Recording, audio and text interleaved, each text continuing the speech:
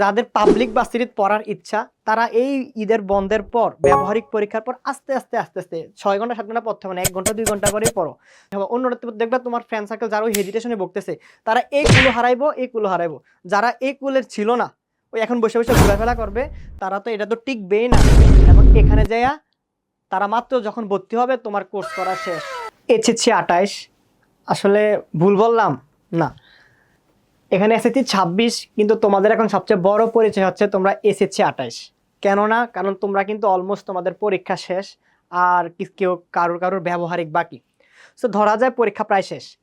So এখন তোমাদের সবচেয়ে বড় পরিচয় হচ্ছে এসএসসি 28। সো তোমরা অবশ্যই আমাকে এখন না চিনলেও ভবিষ্যতে চিনবা।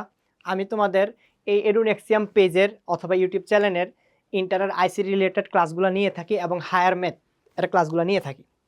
সো এখন বলতে পারো যে অনেক চ্যানেলে তোমাদের 3 মাসের পরীক্ষার ভ্যাকেশনটা যে 3 মাস, এই সময়টা তোমরা কিভাবে কাটাবা, কিভাবে করলে তোমরা ফিউচারে ভালো কিছু করতে পারবা বা অন্যদের থেকে 1-2 ধাপ এগিয়ে যাবা, এগুলো নিয়ে ক্লাস মানে তোমাদেরকে সবাই ছাড়ছে।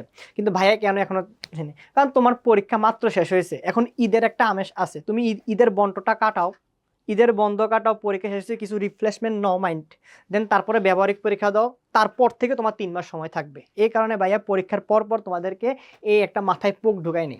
তো দেখো আজকে আমি তোমাদেরকে পিছনে থাম্বেল দেখে বুঝতে পারছো যে এসএসসি 26 তোমরা পরীক্ষার পরবর্তী 3 মাসে কিভাবে প্রস্তুতি নিবা অন্যদের থেকে এক ধাপ বেশি আগানো বা ফিউচারের জন্য। এখন আসো লাইফ, পড়ালেখা তো জীবনের স্বপ্ন, আসল কথা হচ্ছে লাইফটা কিভাবে লিড করবা, সামনে কিভাবে ভালো করবা, সেটা হচ্ছে তোমাদের মেইন টার্গেট। এখন তোমাদের পরিচয় হচ্ছে এসএসসি 28, এটা এখন তোমাদের সবচেয়ে বড় পরিচয়। এসএসসি 26 ভুলে যাও, ঠিক আছে? যেহেতু এটা তোমাদের পরিচয়, এখন তুমি কিভাবে লাইফ নিবে এই সময়টার পরবর্তীতে মানুষ তার ফিউচারের গন্তব্যটা বেছে নেয় ইন্টারের পরে, ইন্টার বোর্ড পরীক্ষার পর। কেউ কেউ মানে পাবলিক ভার্সিটির জন্য এডমিশন নেয়, আবার অনেক মানুষ তার জীবিকার জন্য বিদেশে চলে যায়। সো আসো আমরা যেহেতু পড়ালেখা নিয়ে এসে আমরা পড়ালেখা যাবত কথা বলি, আমরা এমন কোনো কথা বলবো না যে তোমরা মানে ওয়ার্ক বিষয়ে বিদেশে যেতে হবে। সো আসো প্রথম হচ্ছে এডমিশন। এডমিশন টাইপটা কি হয় হচ্ছে যেমন তুমি বোর্ড পরীক্ষার পরে একটা কোচিংয়ে ভর্তি হবা বা একটা কোর্সে ভর্তি হবা, ভর্তি হয়ে ভালোভাবে প্রিপারেশন নিয়ে ঢাবি বা বুয়েট রোয়েট চুয়েট এবং চট্টগ্রাম ভার্সিটি, রাজশাহী ভার্সিটি, এসব নাম করা ভার্সিটির ভিতরে তোমরা পড়ালেখা করবা অথবা মেডিকেলে পড়ালেখা করবা। সো এগুলো হচ্ছে তোমাদের এডমিশন টাইপ বা এডমিশন কেন্দ্রিক, এগুলো হচ্ছে তোমাদের ফিউচারে নিবে। যেমন তুমি এখান থেকে 4টা বছর বিএসসি এমএসসি বা বিবিএ ইত্যাদি কমপ্লিট করার পর দেন তুমি বাংলাদেশে একটা জব করবা বা বিদেশে তুমি চলে যাবা, গিয়ে এমএসসি করে আসবা, এসেও তুমি বাংলাদেশে জব করবা অথবা করবা। আর স্টাডি ইন অ্যাব্রোড এটা বলতে বোঝাচ্ছে বিদেশে তুমি যাচ্ছ পড়ালেখা করতে, ওইখান থেকে তুমি পড়ালেখা শেষ করে বাংলাদেশে চলে আসবা, চলে এসে বাংলাদেশে তুমি একটা জব করবা অথবা তুমি ওই দেশে সেটেল হয়ে যাবা। এই হচ্ছে তোমার 2 ধরনের টাইপ।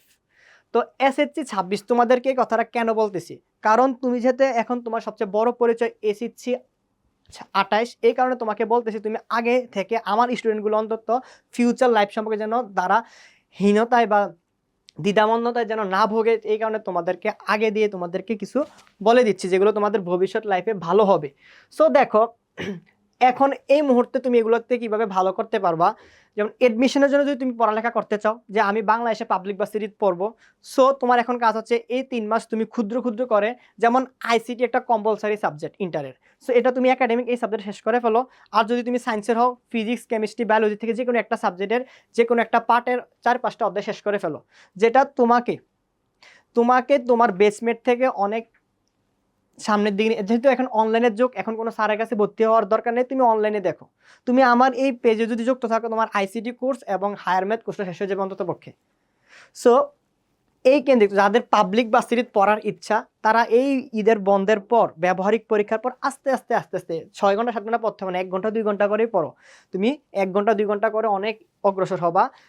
এডমিশন কেন্দ্রিক যারা তারা এই দিকে ফোকাস দাও। আর যারা বিদেশে যাওয়ার ইচ্ছা যে আমি পাবলিক ভার্সিটিতে পড়বো না, তাদের চিন্তা ধারণা অন্যরকম, তারা আবার যদি তাদের মতো চলতে যাও তাহলে তোমরা ল্যাগ বিহাইন্ড হবা, অন্যদের থেকে পিছিয়ে আসবা।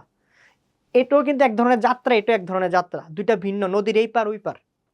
তো যারা এডমিশন করতে চাও বাহিরে, তো তাদের কিভাবে করবা, দেখো এডমিশনগুলো তো বললাম, আশা করি তোমরা বুঝছো। হয় তোমরা যে কোনো একটা কম্পালসারি সাবজেক্ট ইংলিশ, আইসিটি অথবা বাংলা একটা কোর্স শেষ করে ফেলো এবং আরেকটা তোমার গ্রুপের সাবজেক্টের একটা পার্ট শেষ করে ফেলো, হয় ফার্স্ট পার্ট নাকি সেকেন্ড পার্ট। এগুলা তোমার জন্য কি হবে, বোর্ড পরীক্ষায় A+ পাবা এবং তোমার এডমিশনে অন্যদের থেকে এক ধাপ এগিয়ে যাবা। আর যারা বাইরে চলে যেতে চাও তারা যে কোনো একটা স্কিল শিখো। আবার স্কিলটা হচ্ছে কি, হয় আইএলটিএস কোর্স করো ইউরোপের সেনজেনভুক্ত দেশগুলোতে যাওয়ার জন্য, নতবা জাপানের ল্যাঙ্গুয়েজ শিখতে পারো। N5 N4 N3 বাংলাদেশে ভালো দেয় না সার্ভিস, তুমি N5 এবং N4 পরে তুমি জাপানে চলে যেতে পারো। তো এখন তাও চলে যেতে পারবে না, অন্তত এগুলো যেতে হলে ইন্টার পাস করতে হবে। কিন্তু এই 3 মাস সময়টা তুমি একটু তোমাকে আদার্স স্কিল অর্জন করে, তুমি বললাম না অন্যদের থেকে এক ধাপ এগিয়ে যাও, এই কারণে বলতেছি এগুলো শিখো। অথবা জার্মান ভাষা শিখতে পারো, এই তিনটেই তোমার কাছে আছে, আইএলটিএস, N5 N4 এগুলো পরে দেন ইন্টারের বয়সে ইন্টারটা পড়ো, ওইখানে A+ পাওয়ার দরকার নেই, ইন্টারটা পড়ো, পরে কোনো রকম যদি তুমি 4.50 পাও তুমি অন্যদের থেকে এক ধাপ এগিয়ে আগে এডমিট হবো। অন্যদের দেখবে তোমার ফ্রেন্ড সার্কেল যারা ওই হেজিটেশনে ভুগতেছে তারা এই কুলো হারাইবো, এই কুলো হারাইবো। যারা এই কুলের ছিল না ওই এখন বসে বসে ঘোরাফেরা করবে, তারা তো এটা তো টিকবেই না।